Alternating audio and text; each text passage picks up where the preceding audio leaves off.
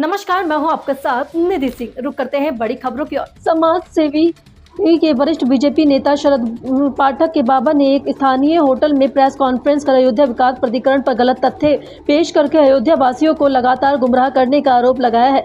उनका कहना है कि 1528 को लेकर माननीय सुप्रीम कोर्ट ने 9 नवंबर 2019 में फैसला आने तक जिस प्रकार श्री राम जन्मभूमि मंदिर ने अपने अस्तित्व की लड़ाई लड़ी थी, आज उसी प्रकार श्री राम जन्मभूमि मंदिर और गुप्तार घाट के बीच सरयू नदी के पावन तट पर स्थित एक छोटा सा गाँव मांझा और जमथरा और वहां के किसान अपने अस्तित्व की लड़ाई लड़ने के मजबूर हैं। इसका कारण और कोई नहीं, अयोध्या विकास प्राधिकरण अयोध्या की जिला प्रशासन की अनदेखी है। श्री पाठक ने कहा कि अधिकारियों के इस प्रकार की तानाशाही रवैये और अनदेखी के चलते प्रधानमंत्री मोदी और मुख्यमंत्री योगी की छवि को अयोध्या में धूमिल करने का लगातार प्रयास किया जा रहा है, जिसके नुकसान बीते लोकसभा चुनाव और में बीजेपी को भुगतना पड़ा और यही हालत रहे तो आने वाले चुनाव में भी बीजेपी का अफसरों की हरकतों का परिणाम भुगतना पड़ेगा। उन्होंने कहा कि मांझा और जमथरा नवनिर्मित और आपको पता चले सीवेज ट्रीटमेंट प्लांट के परिसर में नियमों की अनदेखी करते हुए बिना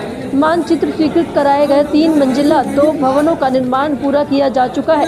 अब निजी भूमि और साथ ही अगर झोपड़ी भी बनाना चाहे तो अयोध्या विकास प्राधिकरण अपने ही नियमों और महायोजना 2031 के प्रबंधनों को दरकिनार करके गलत तथ्यों का हवाला देते हुए कार्यों को रुकवाना देते हैं। आगे देखिए। क्या उद्देश्य रहा? देखिए, ये प्रेस कॉन्फ्रेंस जो है विकास प्राधिकरण में व्याप्त भ्रष्टाचार और उन अधिकारियों के द्वारा जो अयोध्या की जनता का शोषण किया जा रहा है उसको लेकर के है। खास करके माझा जमथरा जैसे क्षेत्र में, एरो सिटी के नाम पर दर्शन नगर जैसे क्षेत्र को लेकर के और मसौदा जैसे क्षेत्र को, जिसको हरित पट्टी कह करके ये लोग वहाँ के लोगों को परेशान कर रहे हैं, उनका जो है शोषण कर रहे हैं। माझा जैसे क्षेत्र में जबकि महायोजना में पार्क एवं खुला स्थान है, माझा का क्षेत्र महायोजना में पार्क एवं खुले स्थान में दर्ज है, जिसमें पिकनिक स्पॉट से लेकर के कई चीज़ों का निर्माण किया जा रहा है इनकी महायोजना के अनुसार। लेकिन यहाँ के उच्च अधिकारी सचिव साहब और अन्य उच्च अधिकारियों के द्वारा वहाँ के किसानों को, जिन लोगों ने ज़मीन वहाँ पे खरीद रखी है, उनका शोषण कर रहे हैं, बुलडोजर चलाने की धमकी देते हैं। और वहीं आप देखिए कि एसटीपी के अंदर 3 भवनों का निर्माण किया जा चुका है महायोजना के विपरीत। अभी 3 को इनके द्वारा महायोजना को 30 एकड़ भूमि को बदलने का, उसका भूमियोग बदलने का प्रयास किया गया और वहीं अन्य किसानों को उसी स्तर पर रखा जा रहा है। अगर वहाँ आदमी 2 फीट 3 फीट अपनी बाउंड्री भी उठा लेता तो उसको कहते हैं बुलडोजर लगा के तोड़ देंगे। और आपने इतना बड़ा एसटीपी बनवा डाला बिना मानचित्र स्वीकृत कराए, जिससे प्राधिकरण को लाखों रुपए की राजस्व क्षति है। उसको कौन देगा? प्राधिकरण उससे लाखों रुपए राजस्व प्राप्त करता है। भगवान राम जन्मभूमि का नक्शा पास हो सकता है, तो क्या वहाँ पे जो आपने बनवाया है सीवेज ट्रीटमेंट प्लांट, उसके अंदर जो बिल्डिंग बनी है उसका नक्शा नहीं पास करना जरूरी समझा आपने?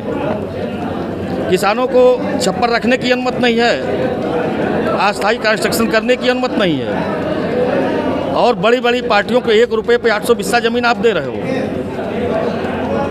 तो ये पूर्णतया गलत है। और दर्शन नगर जैसे क्षेत्र में कई गांव आते हैं, आपने एरो सिटी घोषित कर दी, आप जगह जगह बैकफुट पे भी आ जाते हो।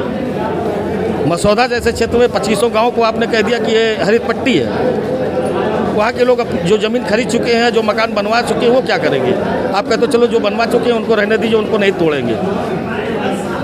जैसे आपने देखा होगा कि गुप्तार घाट जैसे स्थान पर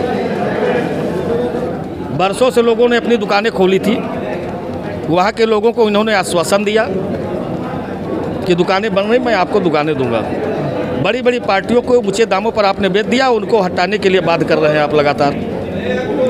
और अगर बीजेपी यहाँ से चुनाव हारी है तो ऐसे ही अधिकारियों के कार्यशैली के कारण हारी है। इसकी शिकायत आप मुख्यमंत्री से करेंगे? आप ये मुख्यमंत्री को, मैं मुख्यमंत्री जी ऐसे अधिकारियों के खिलाफ त्वरित कार्रवाई करेंगे भारतीय जनता पार्टी का वरिष्ठ नेता है। इससे पहले भी अभी किसानों ने आरोप लगाया था कि हमारी ज़मीनों को लिया जा रहा है और एक बड़ी जो है जमीन कंस्ट्रक्शन की जो कंपनी है ज़मीन मतलब वो जबरन दबाव बना रही है लेने का। हमने अभी कहा कि ऐसे अधिकारियों की कार्यशैली के कारण भाजपा यहाँ से चुनाव हारी है और हमें विश्वास है कि माननीय मुख्यमंत्री जी इस पर त्वरित कार्रवाई करेंगे, ऐसे अधिकारियों को दंडित करेंगे। अगर नहीं तो क्या करेंगे आप?